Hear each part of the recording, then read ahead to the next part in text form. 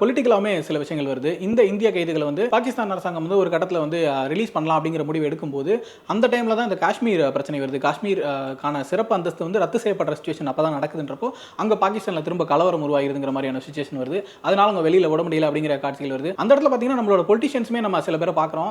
சுஷ்மா ஸ்வராஜ் அவங்கள ஞாபகப்படுத்துற மாதிரியான ஒரு கேரக்டர் வராங்க. சுஷீலா ஸ்வராஜ்ங்கிற மாதிரி ஒரு கேரக்டர் காட்டாங்க. இன்னொரு டிவி நியூஸ் போயிட்டு இருக்கு. அதுலேயுமே அமித்ஷா வந்து பேசிட்டு இருக்காருன்ற மாதிரி விஷுவல்ஸ் பார்க்குறோம். இந்த மாதிரி கட்சி சம்பந்தப்பட்ட சில பொலிட்டிக்கல் விஷயங்கள் இந்த படத்துக்குள்ள ஆட் பண்ணிருக்காங்க. சரி, பொலிட்டிக்கலா ஒரு அஜெண்டாவோட தான் இந்த படத்தை எடுத்திருக்காங்க. அந்த மாதிரி விஷயங்கள் நமக்கு பெருசா கன்வின்சிங்கா இல்ல, உடன்பாடும் இல்ல அப்படினாலும் ஒரு சினிமாவா இது என்கேஜிங்கா இருக்கா, என்டர்டெய்னிங்கா இருக்கா அப்படின்னு சொல்லி பார்த்தா சுத்தமா இல்ல அப்படின்னு தான் சொல்லி ஆகணும். நான் ஏற்கனவே சொன்ன மாதிரி ஃபர்ஸ்ட் ஆஃப் முழுக்க ரொம்ப யூசுவலான நம்ம பல படங்கள்ல பார்த்த மாதிரியான கிரிஞ்சான காதல் காட்சிகளும் சும்மா சாதாரணமான வந்து ஹீரோ பில்டப் காட்சிகளும் வச்சு தான் நகர்ந்துட்டு இருக்கு. அதுல பெரிய சுவாரஸ்யம் எதுவுமே இல்ல. அதே போல அந்த கடல்ல நடக்கிற சீக்வன்ஸா இருக்கட்டும், அதுக்கப்புறம் அரெஸ்ட் பண்ணி ஜெயிலுக்கு கூட்டிட்டு போன நடக்கிற சீக்வன்ஸா இருக்கட்டும், அதுல வந்து அஜெண்டாவை தவிர்த்து வேற எதுவுமே இல்லங்கிற மாதிரி தான் இருக்குது. ஒரு காட்சி கூட சுத்தமா கன்வின்சிங்காவே இல்ல. உதாரணத்துக்கு இந்த காஷ்மீர் சிறப்பு அந்தஸ்து ரத்து செய்யப்பட்டப்ப பாகிஸ்தான்ல ஒரு கலவரம் நடக்குது அப்படிங்கிற மாதிரி ஒரு சீக்வன்ஸ் வருது. அந்த கலவரத்தை தான் இந்த மக்கள்லாம் மாட்டிக்கிறாங்க ஒரு வேன்ல அப்படிங்கிற மாதிரி. அந்த வேனை உடைச்சிட்டு ஹீரோ வெளியில வராரு, கண்ணாப்பண்ண ரெண்டு பேரும் அடிச்சு போறாரு. அதுக்கப்புறம் காணாம போயிறாங்க. எங்கடா பார்த்தா திரும்ப வந்து ஜெயிலே வந்து சரண்டர் ஆகுறாங்க.